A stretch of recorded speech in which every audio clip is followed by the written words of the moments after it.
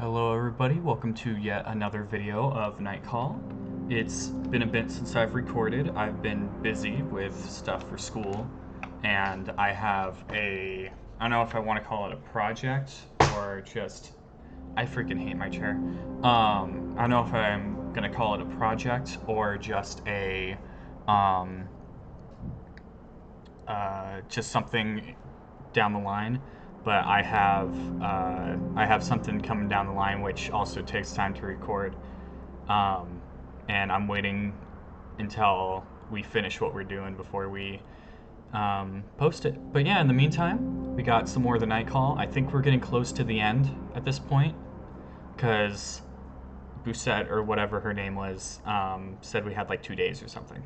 So I think it might be this recording, next recording, and possibly a third, and then we're done. But other than that, we're getting close to the end, and I hope that you can enjoy. But enough talk. Let's get into this.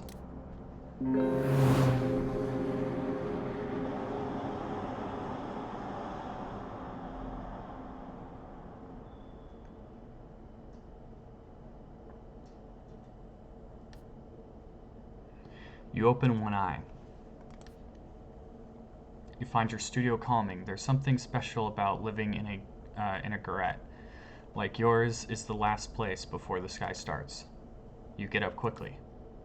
And a few minutes later, you're outside of your studio. Night 4.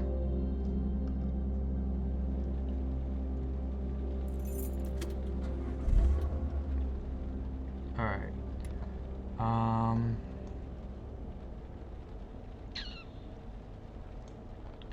Who should I talk to? Let's go shorter distances, because I don't know how much gas I got.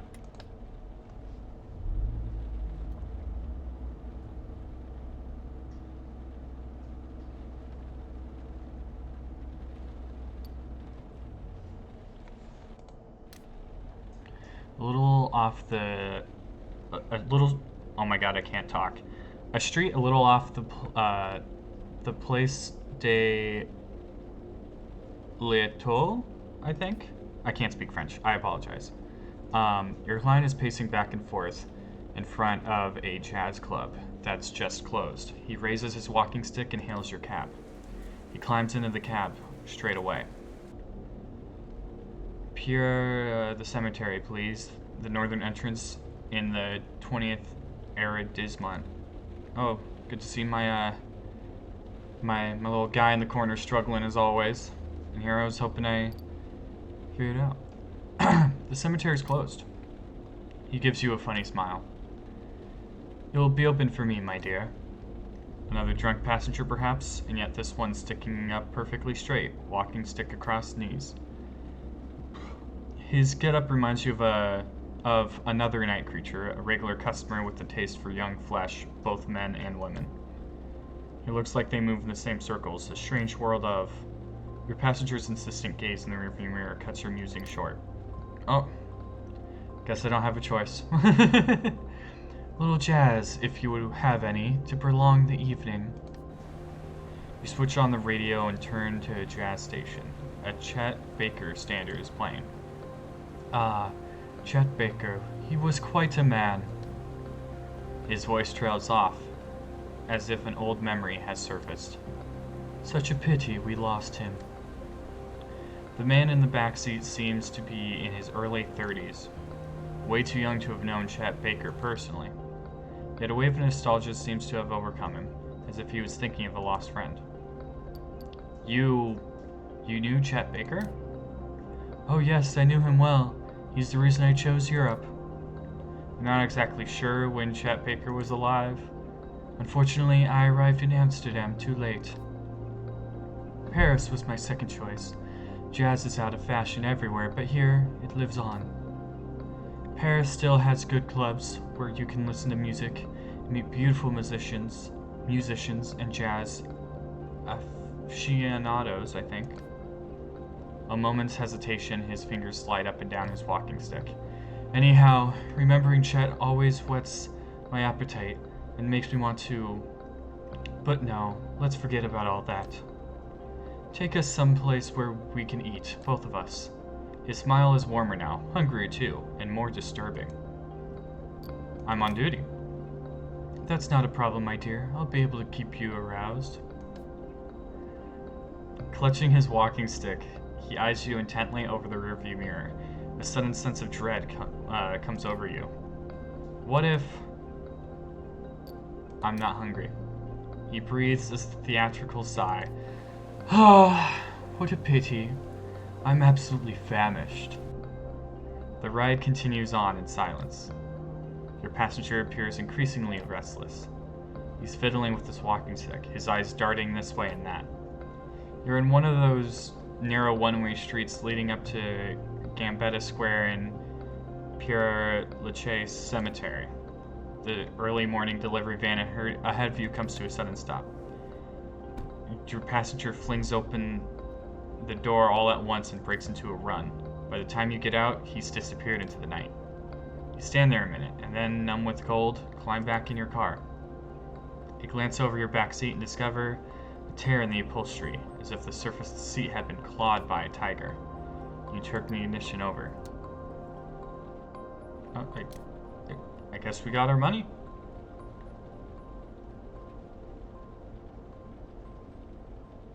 Alright,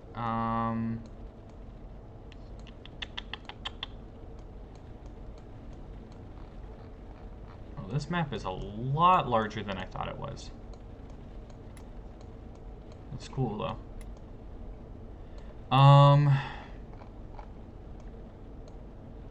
Let's talk to this guy.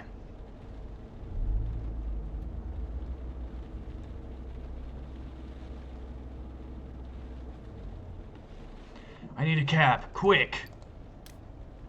You pull up in front of the American Embassy. Uh-oh. The American Embassy. You can't recall ever picking up a customer here. They probably have a fleet of their own, or a contract with a private company. The door opens, you take an immediate liking to the guy who gets in. You find him somehow reassuring, like a lost tourist. He babbles something in English. You have to listen hard to make out the address. Sorry, I'm just back in Paris. I've forgotten my manners. He flashes you a sparkling smile. His voice is tinged with a slight American accent. I'm doing much more than a slight American accent. You turn the key in the ignition. Thanks. What's your name, pal? You're surprised to hear him use the familiar to form straight off the bat. Hussein. I'm gonna go Hussein. Nice to meet you, Hussein. He stares at you intently for a moment. My name is... He nods slowly as if disheartened. If I reveal my name, I'll be left over no other choice. I'll have to kill you. He pauses, way too long to be joking. His face darkens. It's a different man on the seat behind you. And then his face creases into a grin. Hey, amigo, I'm joking. I work for the CIA, that's all. Alright. The CIA? Yeah, the CIA. You know, Jason Bourne and all that. The spy business. I'm a bit doubtful. You're a spy? Yeah, you could say that. Is that why your French is so good? I speak 8 other languages, too. You give a low whistle. Not bad for a Yankee, eh? He bursts into laughter. No wonder I'm a spy, eh, amigo? Silence hangs in the air. Your passenger seems to be formulating his thoughts. You married, amigo? You shake your head no. Got a girlfriend? Another negative nod. That's too bad. A good-looking guy like you all alone? What a waste. Aw, thanks. I mean, thanks for the compliment. Also, thanks for rubbing that in my face. Gazes absentmindedly out the window. Americans are like that, laid back yet distant. Maybe it's the booze, amigo, but I can't get this woman out of my head tonight. Man, what a woman. I'm not gonna tell you where she's from, you'll just ask a ton of questions. And if you ask questions, I'm gonna have to lie to you, pal. And with you, I don't wanna lie. Thanks. You look like you're the chic type. I love that French expression. Chic type, a good guy. A far-off look comes over his face. So, what's the story?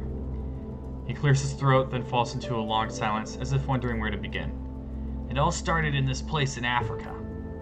Between you and me, pal, I really like Africa. People there are more alive, serious. You just need to spend a couple of weeks there. No more than that, or you'll go nuts. You clench your teeth and remain perfectly still. We were working with this minister there, not a chic type like you. A traitor. Uh-oh. A real son of a bitch.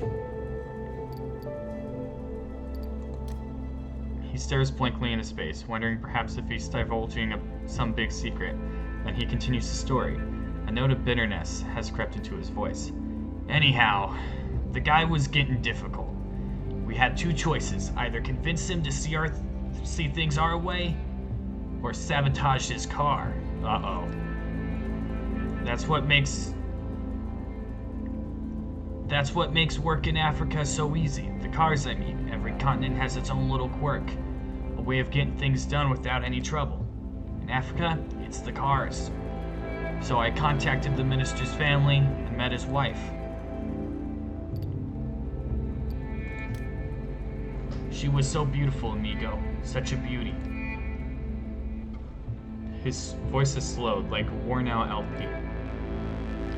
There's this fierceness in her eyes. Know what I mean? An animal spirit. A lopsided grin spreads over his drunken face. She said she didn't like the Americans, preferred the French with their straightforward ways. She made me laugh.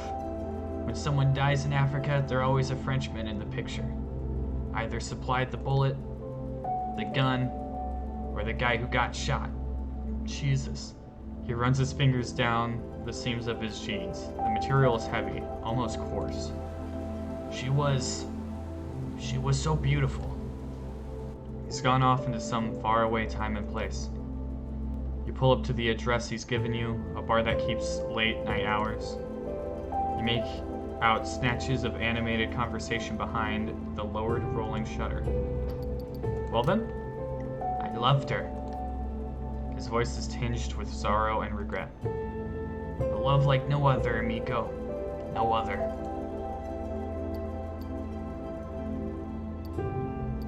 I know.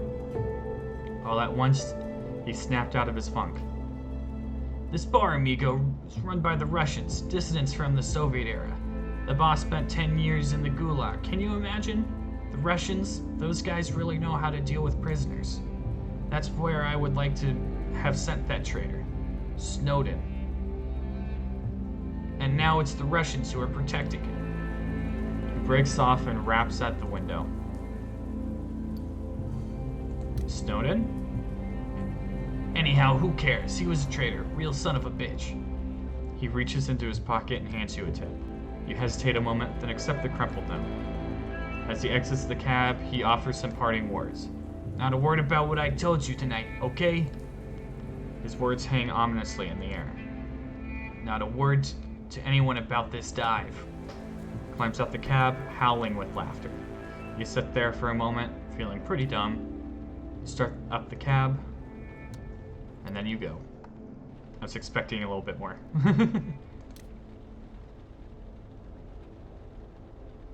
Alright. I'm looking for people who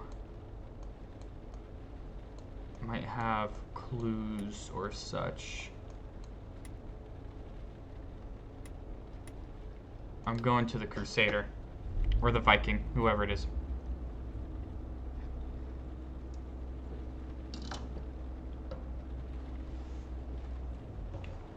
Oh, my good friend, I need thee to ride forth. I like his energy already. A car door opens. Your passenger enters wearing a rather heavy-looking suit of armor. The plate metal clinks as he waddles and settles in. The horns seem dangerously close to the roof. Where goest thou, my lord? The knight recoils a little, perhaps in surprise. Ah, taketh me not for thy superior, for I be lord to none. Yeah, I am thy humble servant, just as thou art mine. In sooth, since thou asketh, ride onward, my friend, to Notre Dame, that most noble of Catholic cathedrals, the jewel of the most magnificent city of Luitia. Ah! I can't. Oh my god. In sooth, it is called Paris by the common people. Paris, that city of steel and stone. Noble stone wore away by the ages. Glorious steel tempered by fire. The entire world, the world looking in awe at its wondrous face. Its monuments soaring to the heavens, singing praise to the mighty guardians of the citadel. He falls silent for a moment, then eventually leans in a little closer. Well, then I pray thee to the forecourt of Notre Dame de Paris. You nod and turn the key in the ignition. You start the cab at last. I thought we were already going. Good God. The vibration of the cab sets your passenger's armor jangling. From time to time, his sword makes a funny hammering sound. The ride through Paris continues in silence. The city is just waking up. Delivery trucks, the first buses of the day, and half-asleep pedestrians fill the streets. You feel a yawn creeping up your spine. Your muscles tighten to prevent your mouth from opening. Your eyes glaze over. The ride continues in silence. From time to time, your passenger shifts positions, and so does his plate metal. You're nearing the streets around Notre Dame now.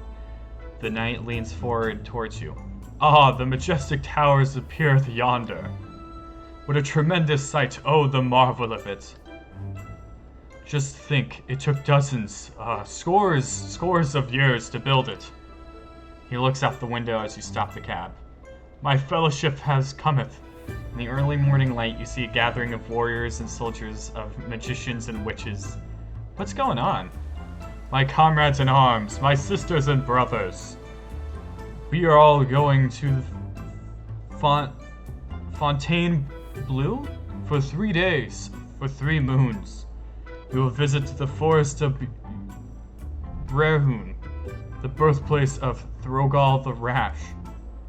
Your passenger is rummaging through his armor. I know where I put my... Oh wait, he broke character. I know I put my wallet in here somewhere. He digs for a minute. Pinches a finger. Damn it! And eventually pulls out money for the fare. You watch as he tries to remove himself from the cab. First himself, bodily, helmet down so as not to damage the roof. Next his sword, with the clattering on the pavement. And lastly his shield, which no longer seems to fit through the door. Good day, my dear fellow, fare thee well. The knight salutes you. You watch him as he joins a group of friends. There are cries of admiration all around. You recognize your passenger with the rabbit ears. Hey! He and the knight greet each other, compliments flying thick and fast. You turn the key in the ignition. Aw. I like that one. That one was fun.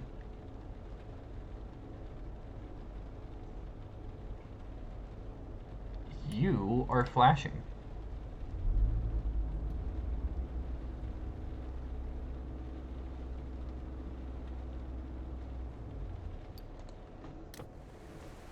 You immediately recognize the passenger who's just climbed into the back seat of your cab.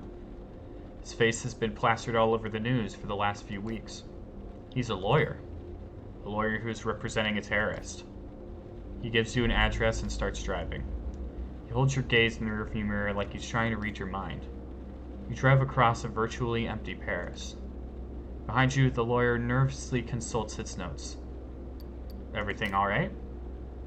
He answers without looking up. Yes. You get the message and leave him alone. You continue driving without a word. Your passenger mutters, when did he say that to the cops? He's not taking this seriously. He doesn't get it. Idiot. There again.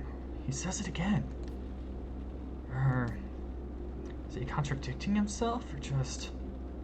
You glance in your mirror. The lawyer looks like a smaller version of himself. You sure everything's alright? He closes his eyes and remains silent for a while. You see him start to break. I can't take it anymore. Takes a deep breath. He loses control of his voice. This guy's a real asshole. He's not just a monster, he's a total idiot. Tears form at the corner of his eyes. I've never seen such a moronic defendant. You know what it's like to defend a moron? You know what it's like to get only 3 hours of sleep a night so you can defend a fucking moron? Do you have any idea? He yells so loudly the windows shake. I'm sorry. Then he answers, his voice idly cold. No need to apologize. There's nothing to be sorry about. He pauses, barely, just the time to take a deep breath. Jesus effing Christ already! He kicks the seat in front of him. Jesus! He calms himself down, steadies his breath. I'm gonna take a drink of soda. I'm the one who agreed to it. I actually fought to represent him. It's my own damn fault. I'm being dragged through the mud. He raises his hand, snickers. Yeah, I admit it. At first I thought it was pretty great. Being on TV, all the interviews, journalists asking my opinion about everything, shook so many hands, said so many words, sentences, yet I actually said nothing.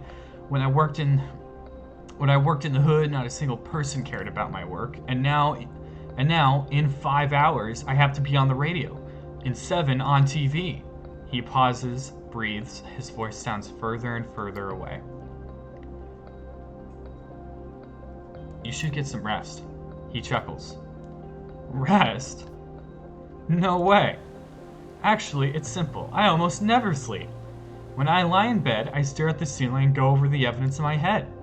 He sits up. It's barbaric, disgusting, so horrific, it's almost unreal. He lets out a sigh from somewhere deep in his body. And then I discover my client brought nails, the nails that were in the bombs at the corner market, and he kept the receipt. He kept the fucking receipt. Folded it in half and slipped it into his wallet. That's what I see when I close my eyes. Disemboweled bodies and a receipt for €2 worth of nails. Why? He raises his voice quite high. Why, for God's sake? He thought he could expense it when he got to heaven? He pauses. So stupid and dangerous. He disgusts me. He revolts me. Why are you defending him then? Because everyone has the right to an attorney, everyone without exception. Otherwise, justice is no longer just. His fit of rage subsides. His fingers are shaking. When I signed on, I thought I'd be representing someone crazy and I find out he's just a moron who's played too many video games. The guy has never even read the holy book they use to justify their so-called acts of martyrdom. He read a few passages online. Do you have any idea what a complete moron he is? He chuckles. I'm sorry. I am truly sorry. I shouldn't have said all that. He takes a deep breath. I don't have anyone else to talk with about it. All the other lawyers avoid me like the plague. My mother can't understand why I'm doing this. She's so ashamed. Oh my god. She's so ashamed. She went back to Algeria. He is shaking. I get the shame. What I don't get is when people just lump things together. I'm not a terrorist. I am not a murderer. You made the right choice. The right choice. The laughter echoes in the back of his throat. I barely had the choice. I couldn't let injustice triumph. Everyone has the right to counsel, to stand trial, to have a fair trial. Even terrorists. Even morons. His anger is back, but this time around he's got it under control. We could hang him right here, right now, and no one, I'm telling you, would shed a tear. He stays quiet for a moment, catches your gaze. That's why I keep doing this. He slows his breathing. For equality, our country was founded on it. These rights have been abused far too often for me to look the other way. His anger seems to be lifting. The taxi has almost reached its destination. In the back seat, the lawyer is much calmer. His voice is soft. I need to be reminded of this. This will serve as a lesson. He looks at you in the mirror and bores into you with his gaze. It's odd, isn't it, that I ran into you tonight? I mean, as if... No, forget it. You pull over, he pays his fare. Wait, don't take this the wrong way, but... He hands you another bill. Here, this is for you, for listening, for hearing what I had to say. You slide the bill into your pocket. He looks relieved, gathers his belongings strewn across the back seat. He's about to get out of the cab. You realize he'd left an envelope behind. For a second, one tiny second, you hesitate. It could be something important. You forgot something. He freezes, notices the envelope, grabs it hastily. You can tell he's uncomfortable. He doesn't say another word. He gets out of the taxi, walks a few steps away, and turns around to wave at you before entering the Briscoe. You drive off on your own. Ooh! Okay, I need to get some gas now.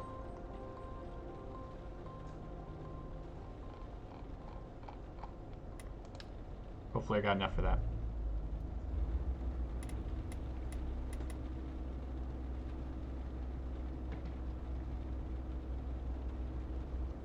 That one was a little intense, I'm not gonna lie.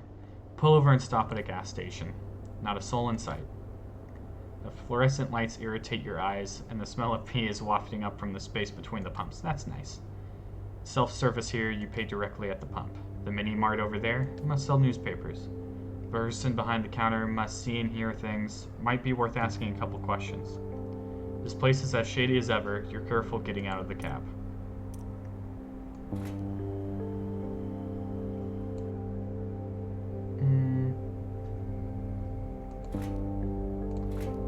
I'm gonna try and get it to 30.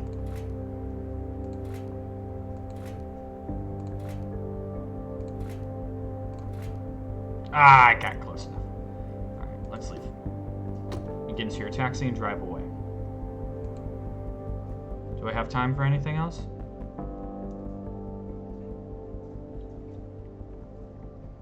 Oh hey, it's my buddy. Wonder how he's doing. It's been a while. I need a ride, Gabby. The door opens. It's Harvey. He greets you with his bizarre verbal tick, as usual. Getting damn cold out there. Wow. Okay, let me start again. Getting damn cold out now. Ow. Hi, Harvey. You start the engine. The passenger in the back seat is whistling a funny tune. He's in a pretty good mood. You look good. Yeah, thanks. Some days are like that. Everything goes your way. Your way, hey? Belly's full, your buddies are around to help you, you're not cold. He gives you a smile. And then you know, you get good news. Oh, really? Really, something you're glad to hear. Well, out with it then. Well, it's my ex-wife. She just got married again, and a real love story and all that, just the way we like them. That's nice for her. He clicks his tongue and briefly rolls his eyes. Yeah, it's nice. She deserves to be happy. In the rearview mirror, your passenger face clouds over, as if what he was saying had just sunk in. Suddenly, between clenched teeth, he hisses. Wow, come on, Harvey. You look up. Really? Huh? I thought you said something. Nuh-uh. He gives you a toothy grin. Suddenly, Harvey opens the cab door. You can pull over here. I don't want you to get into any trouble. The guys in the squat can be a little on edge. You park the car. Harvey opens the door. Good night, and thanks again, Ken. He gives you a smile. A moment later, Harvey vanishes inside a graffiti-covered building. Its imposing Art Deco facade mesmerizes you for a moment. And then you start the cab. Alright, I think I'm out of time for tonight.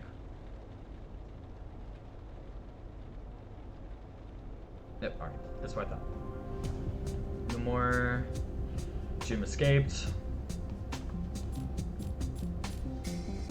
You have met Milo.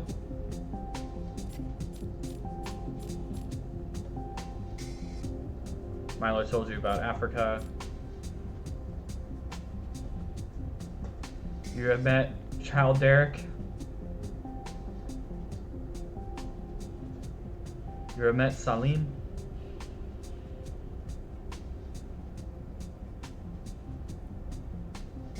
That's it?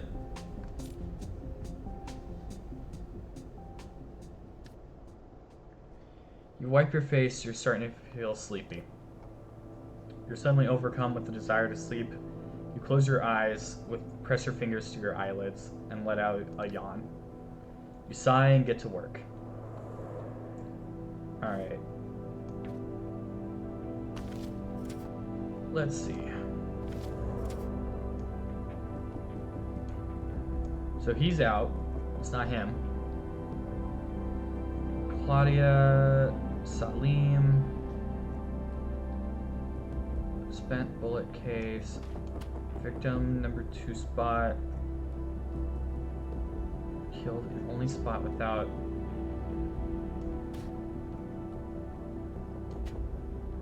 Huh.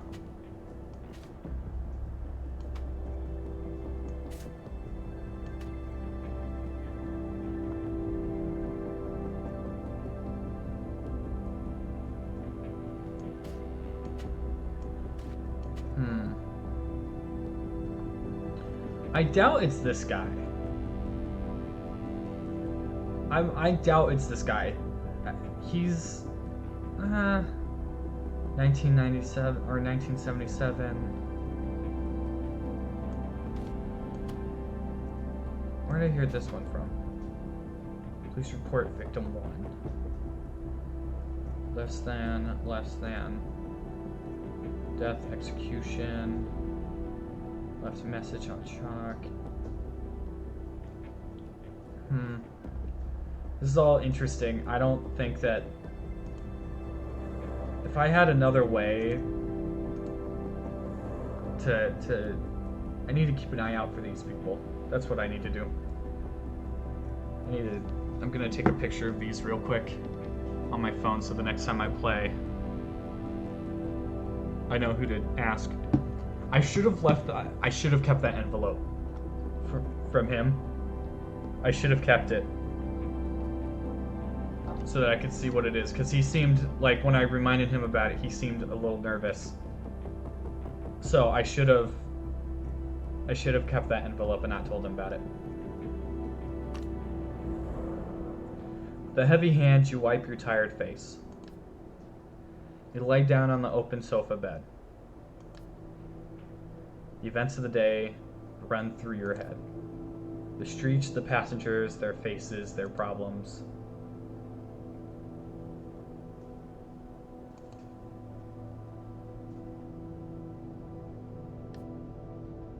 Alright. Thanks for watching, everybody. I hope you all enjoyed. This recording ended up being shorter than the other recordings for Night Call. I'll try and play this again soon, because I really want to get through this and see how, like, what ending I end up with, because I'm pretty sure you can get other endings depending on my freaking chair. Depending on which person you get convicted, that would be my guess if there's multiple endings. But anyway, I hope you all enjoyed, and I will see you guys next time.